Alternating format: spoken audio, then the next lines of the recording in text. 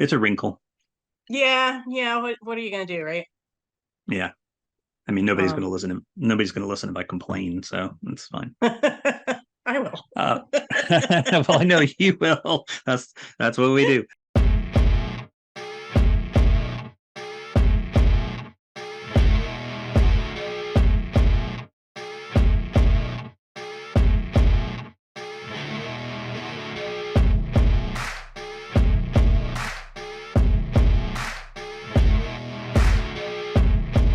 Hello, and welcome to the Inciting Event. I am your host, Zachary Steele, and on this episode today, I am pleased to welcome Katharine Herndon, who is not only a good friend, but also the executive director of James River Writers out of Richmond, Virginia. Hey, Katharine, how you doing today? Great. How's it going? It's going good. We're getting pretty close to the conference, and I know you're not far behind us, so That's right. Just it's a week later. yeah, just heavy brain days. So no, I'm very excited. And I mean that's what, we talked about coming in here and chatting about conferences and why they're important for writers and all that. And I'm excited to do that. But beforehand, I want to make sure that we kind of get a little bit of history lesson here. So you've been with James River Writers how long? So I've been executive director for a little over 10 years, Hmm. and I know. And I was around before that, so I was on the board and I did a lot of volunteer stuff, and then I came as an attendee to some of their very first conferences. So Cool. And was that the first conferences you'd ever been to? yes, it was a. Oh, I didn't cool. even it didn't even occur to me that a writing conference was a thing Oh yeah, before that's then. cool. Well, what was that like for you then? The first time that you came in? It was amazing. We had it at the Library of Virginia, and you walk into this auditorium, and just knowing that auditorium is full of all people who are interested in writing, it was just such a warm, fuzzy feeling. And Hmm.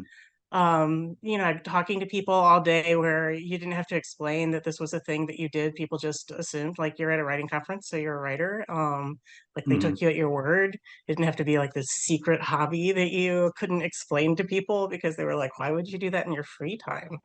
So, Yeah, yeah. It's the one place where you can go and say I'm a writer, and they go, and right. rather than I'm sorry, what you do what? Right. Yeah.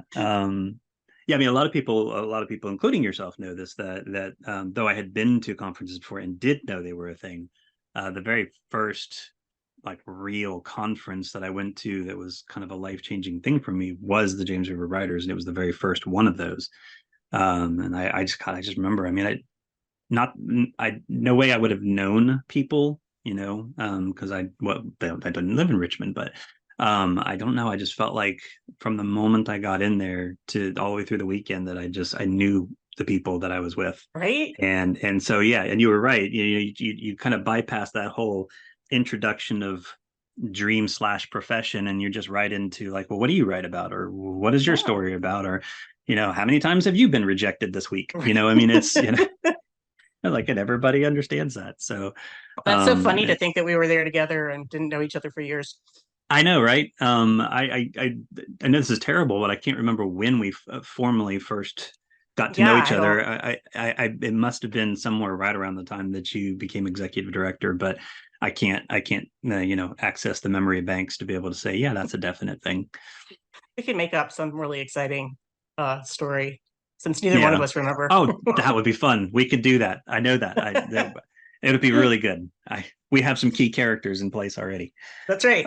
Yeah, but it's interesting though because and this is one of the things that I mean, people that come to Broadleaf Writers Conferences, they know because they hear me say this all the time that I owe James River Writers a lot for my writing career, not just getting me where I am as a published author, but also the existence of Broadleaf. It's something I started because I loved the writing community of Richmond so much that it was either A, move there, which I know there were people in support of, or B, stay at home where I had built a network and could help foster a writing community. And um, it's interesting because I have made lifelong friendships out of just attending that first conference. I mean, there's several people there that I'm contact with all the time that I have good relationships with. And then I got to know you, and I found built-in therapy sessions about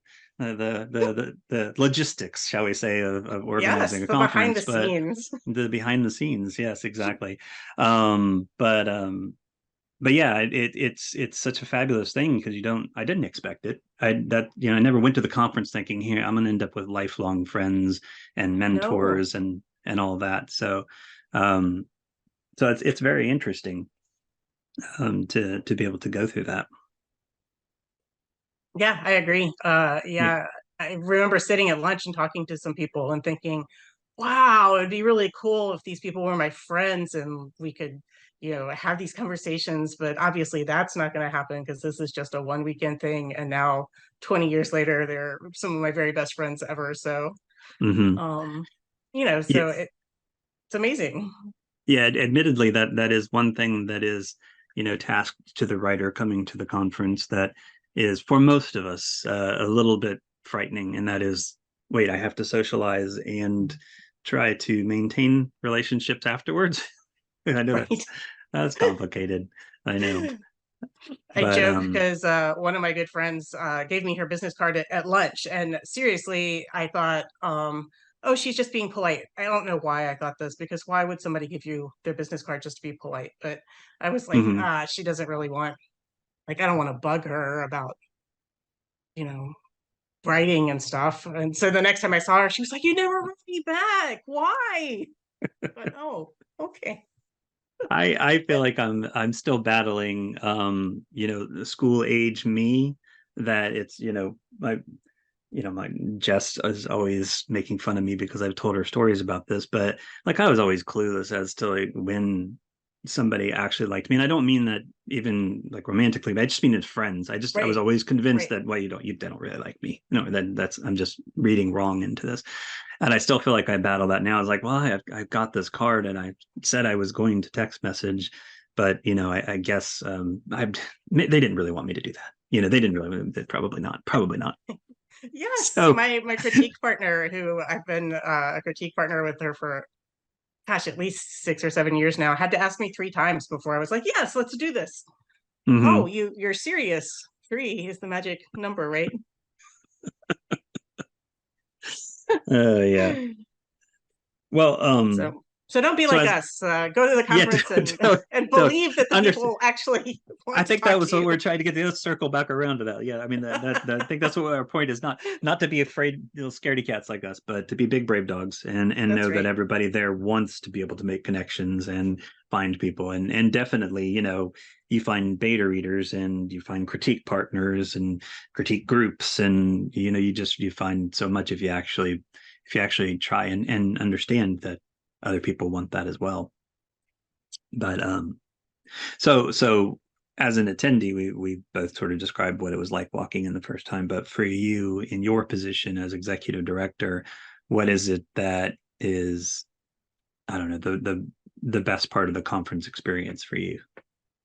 I mean, I think it's still that community. It's still bringing people together. Last year was our first year back after being online for the pandemic for a couple of years, and Mm. everybody just seemed to have a genuine joy to be able to share their space with other writers and to be able to talk about their projects and writing. Um, I had a teacher who attended on a scholarship one year, and she came up to the desk at the very end of Sunday, and she was like, "I just want to tell you, this was a life-changing experience." And I was like, hyperbole. She's like, "No, like wedding, like birth, like a life-changing experience." And I was like, "Oh." So it's Yeah. that, it's being able to make those connections and knowing that people feel supported and inspired. And usually people leave saying, "I feel really great about my project," or "Now I know what to do." uh when we had people online, we had somebody who was attending from California. So they were like, "I got up at 4 o'clock in the morning so I could fix my story before I came to Sunday panels." And I was like, "Oh my gosh." Yeah, I think the one that gets me the most is always the messages after the conference, when Mhm. I'm hit with all the emails. Not even the next day, it's usually as soon as they get home, they're like, and just talking about how much they love their experience, and I had experienced this in this panel and as a breakthrough, and I was able to meet these people, or it's just it's I certainly don't do this to feel good about myself, but Right, at the same time, it's really nice to be able to know that what we're building here, what we're doing, is truly helping people in a way that we were helped right. when we first attended, and being able to have that platform and be the one that's leading the group doing it is really rewarding. I'm always surprised too. I guess now, 20 years into James River Writers, you forget how scared people are of agents. And I'm always happily surprised by people meeting agents and feeling like they connected with them on a person to person level. Oh, they're Mm-hmm. just a human being. Um, I wait, use that we talked phrase so about much. dogs. Yeah, I know. It's like people, and then I don't mean to interrupt, but that's one of the things that people are, what advice would you give me for a one-on-one session? It's like, well, first of all, remember that the person sitting across from you is a human being because they are real people. I never pitch at our conference because I want attendees to have those thoughts. So I pitched at your conference when I came Mhm. down, and here I am, like giving people advice pretty much weekly on writing and meeting with agents and going to a conference. And I gave my pitch, and she goes, "Yeah, that sounds good. Why don't you send me some pages?" And I was like, "Great!" And I'm like, "I have 8 minutes left. What? What can I talk about?" And I I'm had too good at not this. prepared not prepared any questions. We ended up talking about James River Writers, Yeah, that's good. I mean, see, you got that in your back pocket. You have an right? advantage. It's like, well, we'll just talk about my writing organization. Yeah, no, that it's an interesting experience, and I always highly recommend it for people coming to conferences to get those pitch sessions in, even if you don't have a manuscript ready, because you need to practice. You need to be able to get Right. in there and learn how to manage that. I need to get all my pitch in without running over, but what happens if I'm too short and then have 8 minutes left? What do I talk about then? So it's like I always tell people, like, okay, take 60 seconds and say hello and how is your day going. Maybe they have a conference experience to share with you. Get that sort of like person to person sort of connection, and then go into your pitch, because at least then you've killed a minute, Right. and you're not going to end up with dead time, because I do see sometimes people just get up and leave the table because they've run out of things to talk about, and there's like 3 or 4 minutes left, and like, nah, just go ahead and use that time, ask questions. Right. Come think of some questions about the market or your manuscript or query letters Right. or Yeah. I mean, because you have questions, absolutely. And the thing that surprised me the most in talking to the agents through the years is that they're actually very eager to answer them. It's one of the reasons, like, we started doing mentoring sessions in addition to pitch sessions, because people they just want to ask questions sometimes. That's right. fine. That's great. You should do that. You should absolutely do that, especially in a one-on-one setting. So yeah, if you've finished your pitch, just get those questions out there. But definitely do it. Don't scare yourself out of actually sitting down with an agent. Yeah, we always have 3 or 4 people who write me right before the conference. They're like, "I need to give up my appointment." And I'm like, I don't want to like pry into your personal business, but do it, do it. Yes, yes, I know, right? Just sit there. Come on. And then there's then on top of that, I know you guys do this, and it was one of the main reasons I wanted it in Broadleaf, was the first pages critique, because here's a golden opportunity for you to get feedback on something that you've done without your name being attached to it. I mean, I know that even in a room of 300 people, you're still going to be positive that everybody knows that it's your page. Right. um yeah, but it's so great. I mean, whether you get your page read or not, it's so great to be able to hear this kind of feedback and see how subjective the industry is. It really is. Yeah, I love the because we usually pick out the pages behind the scenes just to make sure we have a variety of genres and things to talk about. And there'll be things where we're like, well, this guy's kind of has a slow starter. There's a little bit too much description here. And one of the agents will be like, "I love all the description here at the beginning." And we're like, okay. Yeah, or I didn't feel connected to this character at all. I felt completely connected to this Right. character. Right. So yeah, it's really interesting. How many? Because we usually have about four. How many people do you usually have at the table? Yeah, we usually have I think we used to have 4, now we do 3 just so we can Yeah, have too many people, and it slows down, and you don't get right. through everybody. But even three, I mean, to be able to sit down it's two sides of it. Is like either one, you get this unanimous opinion which tells you, okay, this is a real thing, Right. or two, you get that sort of subjective feel to it, and it sometimes has everything to do with what they represent, or whether or not they have a connection that somebody else may have. But I always love that panel. Yeah, it's really eye-opening, and I feel like even if you don't have a page in there, you can get a lot out. Sometimes you can get more out of it when you don't have a page in there because you're not like, "Ugh, I know, I'm I'm at gonna peace, sink I could into the just learn. ground." Right. Well, there's that sort of feeling of existential dread that you might get chosen. So you're spending the first part of it, unless you're first to go, waiting, waiting, and waiting, and then suddenly there it is, and you're like sinking into the floor. Um, so yeah, it is there is something to being able to just hear it all calmly. But people should submit, because They it's absolutely it's should. very Yeah, important. Whether there's still like a week left to submit for ours. I tell people that, though this is one of those rare situations where it, like, the fates of the universe align. Um, there was one time that I had a first page read of mine that, like, the entire table just loved, right?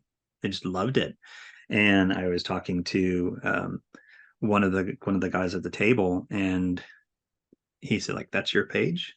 I mean, obviously this was my conference, but so that was Right. your page. And it's like, yeah, it was my page. He said, well, I absolutely loved that. Would you send me the manuscript? I said, I will absolutely send you the manuscript when I've written more than one page, because that was all I had written. Right. But then it became the weight of ashes, and I got a publishing deal for it. Oh, And now it's out in the world. I literally had 1.5 pages written and submitted to it, and it led to a publishing contract. And that's not because it was at my conference. It was because he liked it. And so, I it's again one of those sort of outlier situations that just yeah. everything aligns, but at the same time, you don't have to have a finished manuscript, because he waited a year for it, and it still ended up getting me a publishing deal. So yeah, it's like you got to get that submission. And it's like I always like shake the tree this time of year, like, come on, get it in, get it in. And People are very notorious for last minute submissions, but still, Right. just get it in and take the chance that you're going to get it read. I should send you my Yeah. first page. Yeah, yeah, that's right. You're coming. Where's your first page? I don't have one to send you. But yeah, come on, do it. Be an attendee. Yeah. That's always fun for me to go and be like, here I am. And like, if there's not enough chairs, it's not my fault. I know, right? Um, I always find it's a different experience now going, but I'm always relieved. Like, I can come to James River Writers and not think about how I would do things, because I Right. know how you all do things, and I know that we're kind of sister organizations in that. Even though you're almost a drinking age and I'm not yet, we're not even in double digits. So, but it's so wonderful to be able to sit and just be in panels, and to hear them talk about writing. And I mean, I always gain something from it. There's never an end to learning. And I've become a huge fan of workshops.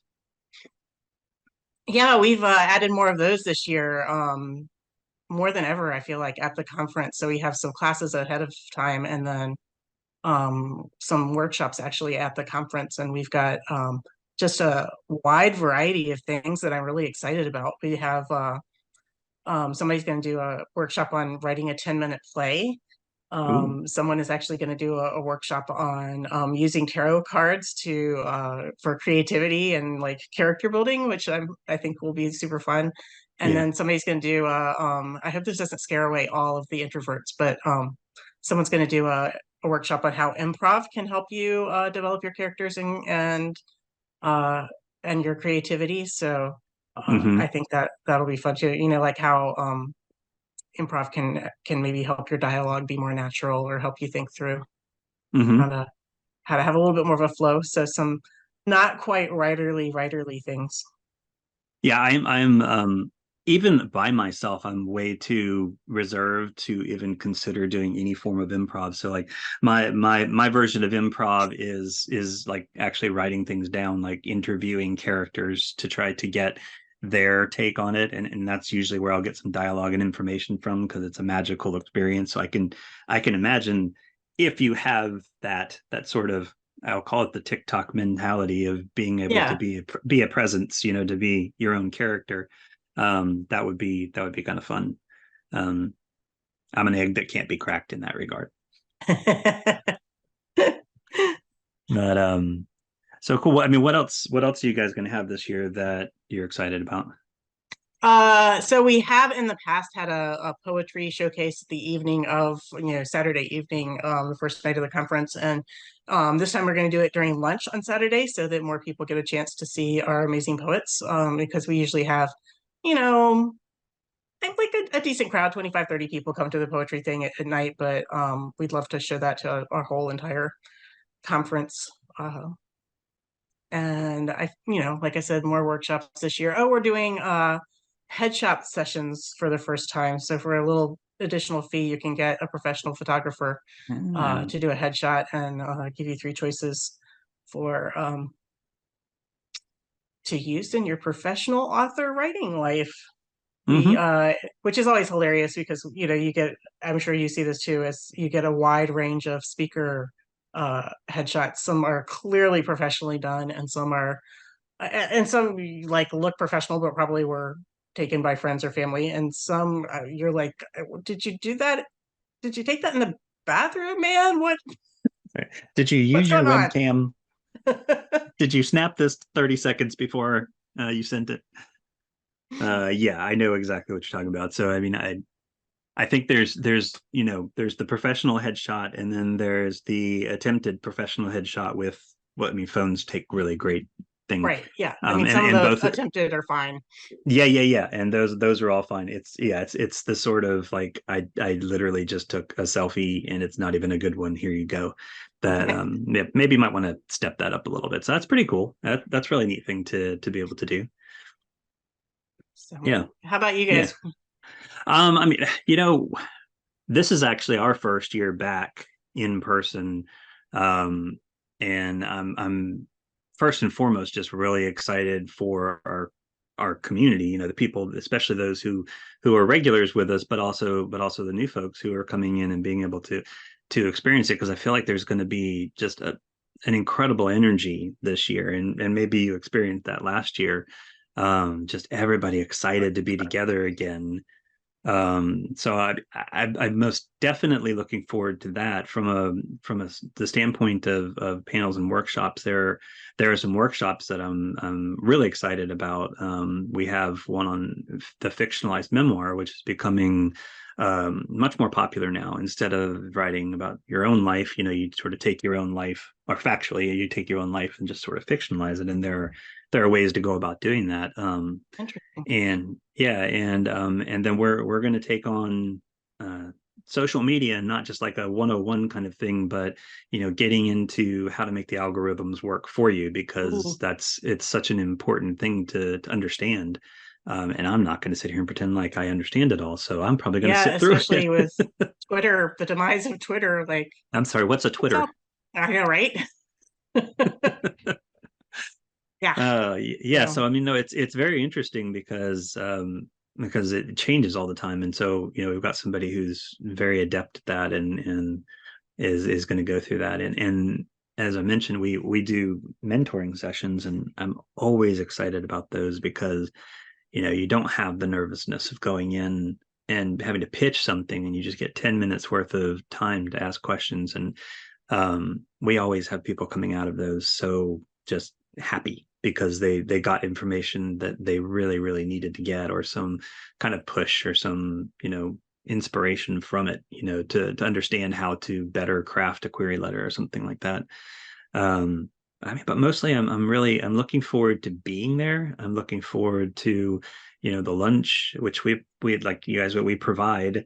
And so everybody gets to just eat and sit and chat and make connections. And it always is my favorite part of it. But even more so this year.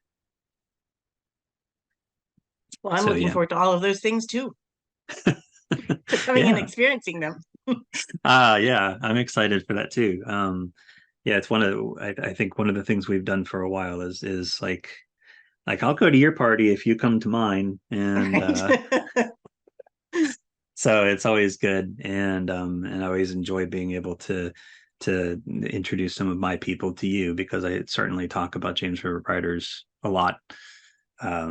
It's a great organization, and Yeah, I'm sort of starting, I'm feeling like it's my writing home away from home because there's people I'm starting to recognize that I'm excited to see mhm. year to year. And then I always steal a couple of your speakers for, Well, I mean, that may go both ways. yeah, it's so convenient. I It's like you're know, not I know. right in my backyard, so like my audience may not have seen your people, and Yeah, well, I mean, this is a little bit behind the curtain, but it's also relevant to people who are coming. It's like you don't always think about everything that goes into putting a writing conference together. And one of the things that I know you and I share in common is that we want to have speakers that are good to have. The yeah, people that they have great personalities, yes, but they're also giving of their time and willing to chat and not destroy your self-esteem or hopes by telling you how terrible the industry is. We want uplifting and positive speakers that offer real advice. And so being able to mine in each other's backyard is very handy, because you can say, hey, what about this person? Like, right. yes, And yes. if I have a hole or I'm looking for somebody, then I can be like, Zach, do you have somebody who talks about this? Or which um, which is also an extremely important note for people to remember when you are published. Like, don't don't be a tool, because people talk. And people talk. it's Yes. like, yeah, we're talking about two people who run a writing organization who talk about the authors that they bring in, or agents that they bring in. And so you can do some good really good. That's why I'm gonna stick with that. I'm not editing that. Really good for your future prospects of coming to conferences as a speaker, by being a good person, or you can not. Yeah. I mean, we don't just talk about the good stuff. Yeah.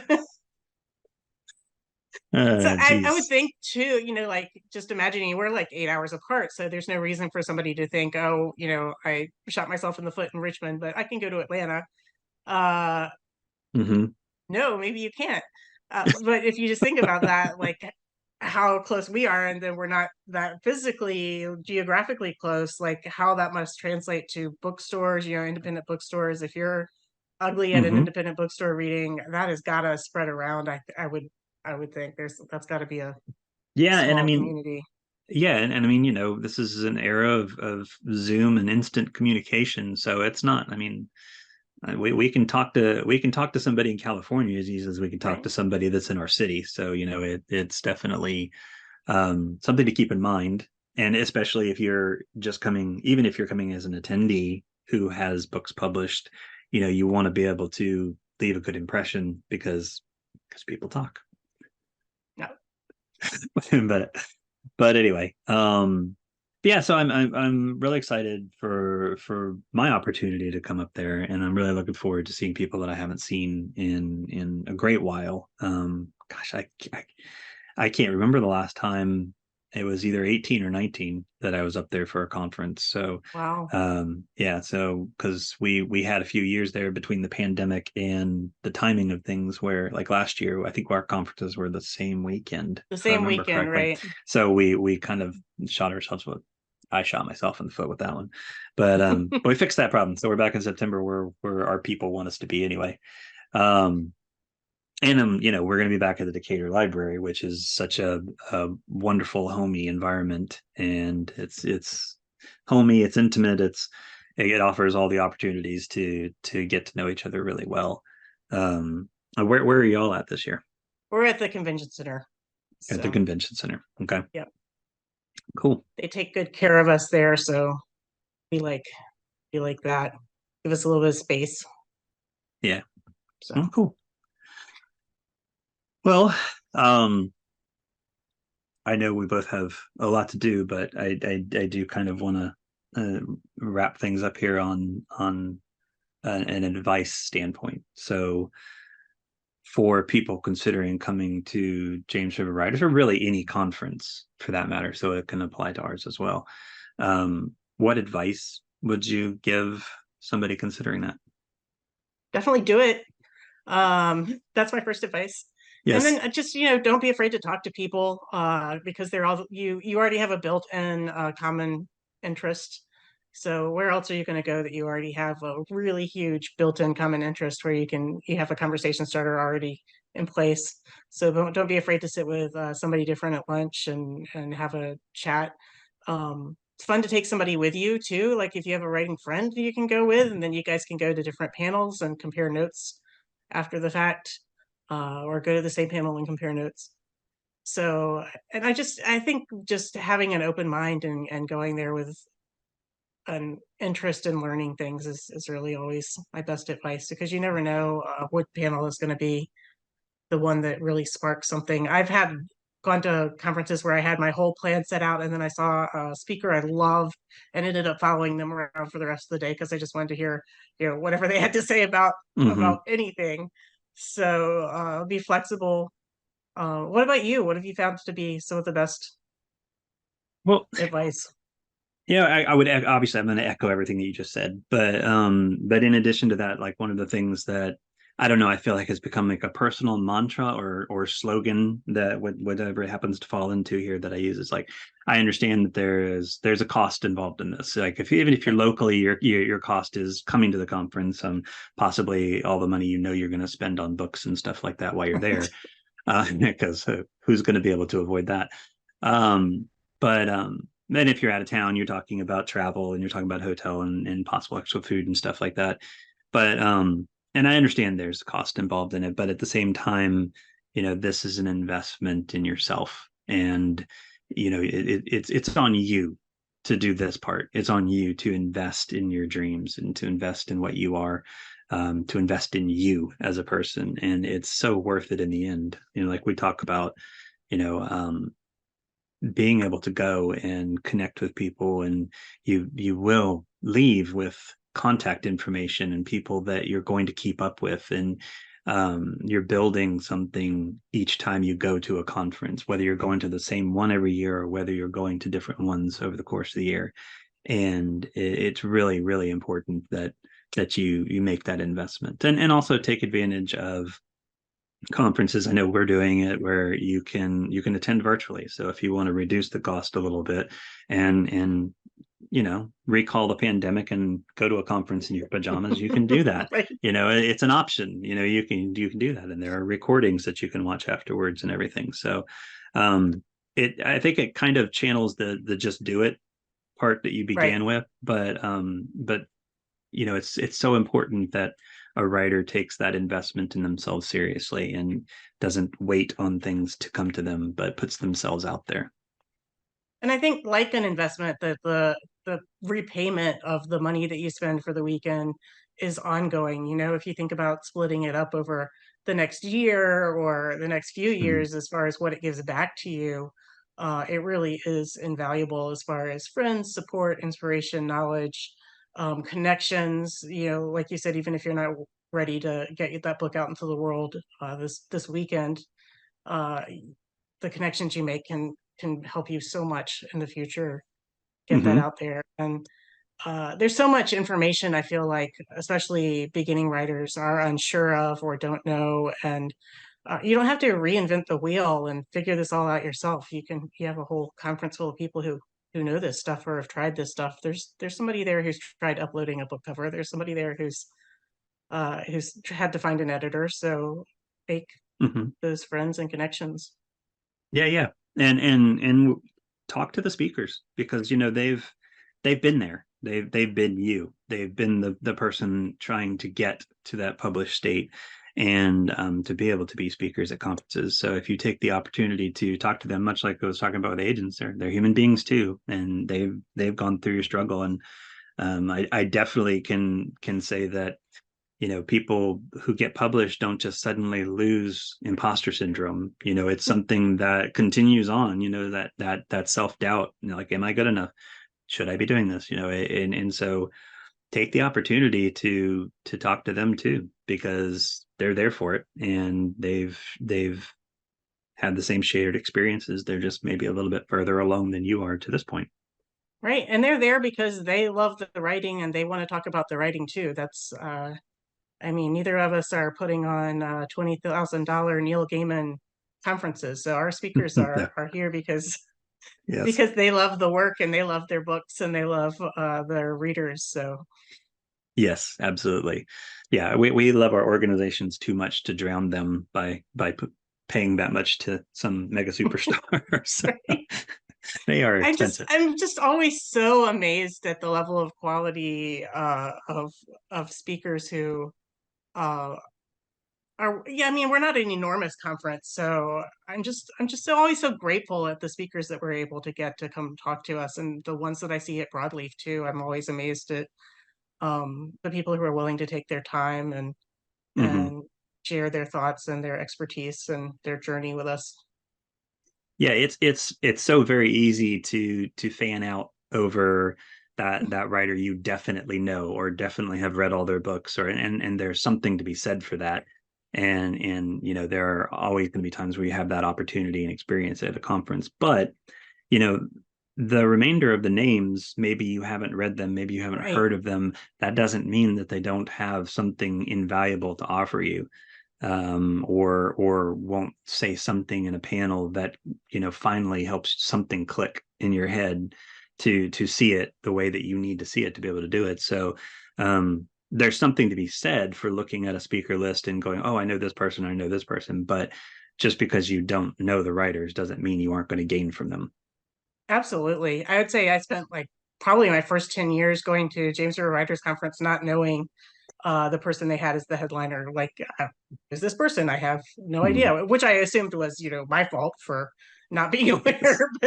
It's just a But self-doubt. You're right, failing as a writer. Yes. right. I don't know. Why don't I know this person? But again, we're inviting enormously qualified, enormously talented people who may not have the Neil Gaiman or um, the Oprah book pick name recognition, but are still amazingly talented people. Yeah. Yeah, absolutely. So yeah, so just do it. We agree Just on do it. that. And if somebody is interested in attending or just getting more information on James for Writers Conference, where do they go? We have the jamesriverwriters.org website, and there's tons of information there, including the schedule for the weekend. And uh, come check it out. Yeah, yeah. And same with Broadleaf, broadleafwriters.com. Our conference is September 23rd and 24th, so it's coming up very soon. And James River Writers is October 6th through the 8th. Correct. And we're both eagerly excited to go be at a conference again We without are. all the behind the scenes stuff that you have to deal with. You know, it's really interesting because I this is going to be the first year where I haven't actually given myself something to do. Like, I'm not moderating, I'm not putting on a workshop, I'm not on a panel, Oh, you know. wow. Yeah, and I also, we our conference chair has an assistant, and they have told me, like, no, you just just go. And I'm like, Wow. wait, I get to attend one of my conferences. This is weird. I'm excited about it. You know, I have, in 7 years, I have not been able to just sit down and listen to a whole panel, not once, not even virtually, because there was so much. Believe me, there was, and you know this, there's so much going on when you're doing a virtual conference. It is not at all like a one in person.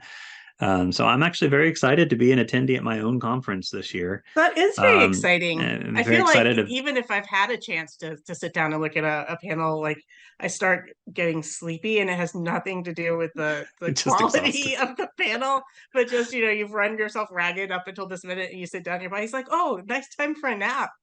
Yeah. And I might be overplaying my hand here on, you know, like I'm going to sit and watch a whole panel kind Right, of right, thing. sure. Because I'm sure that there's going to be a lot of conversations that I have over the weekend, but it's just going to be nice to be able to uninterrupted time, you know, where I can float and do that kind of stuff, and be able to help people out. So I'm looking forward to mine. I'm looking forward to yours, and Same. Hopefully this opportunity, this selfish opportunity to just catch up and chat, will benefit people who are considering coming to a conference. And I mean, we want you to come to one of our conferences, or both if you're feeling Yes, ambitious. But most importantly, we want you to go to conferences. yes. It is There are really tons important. of conferences all over the place now. So find the one in your backyard if you can't come to one of ours, Yeah, and and I get know out there there. are plenty of resources. Shaw Guide is a really great website that has it. Poet and Writers keeps things up to date. Yep. If we're posting there, we're letting them know about it. Um, so there are plenty of ways to find conferences, but definitely go, invest in yourself, talk to people, do the pitch sessions, submit your first page, ask agents questions in whatever format you can, and have fun. And then when you're Yeah. inspired and happy and enthralled from a weekend of exuberant joy of being around your people, go home, sit in the chair, and write. And then tell us and the volunteers how much fun you had. Oh yeah, and fill out your surveys. Right? Please fill out your surveys. Please fill out your Um, surveys. it really, those really do help. But yeah. We found so many good speakers from people making suggestions on surveys, and it helps us to know what people are interested in, what people want to see more of, Yeah, what people don't want to see. we have adjusted our schedule, both in the days that it happens and in the types of sessions that we have because of those surveys. So it really does. It sounds like hyperbole, but it really does matter. Your opinion really Yeah, does matter. Fill out those right. surveys. Because like Zach said, we can't be in every room, and sometimes we Right. can't be in any of the rooms. So This is true. This is true. so please just tell us. Yes. All right. Well, Catherine, as always, I appreciate the time, and it's always great to catch up with you. It's always great to see you, and I'll see you in person soon. Yay! I'm very excited about that. All right, take All care. right. You too.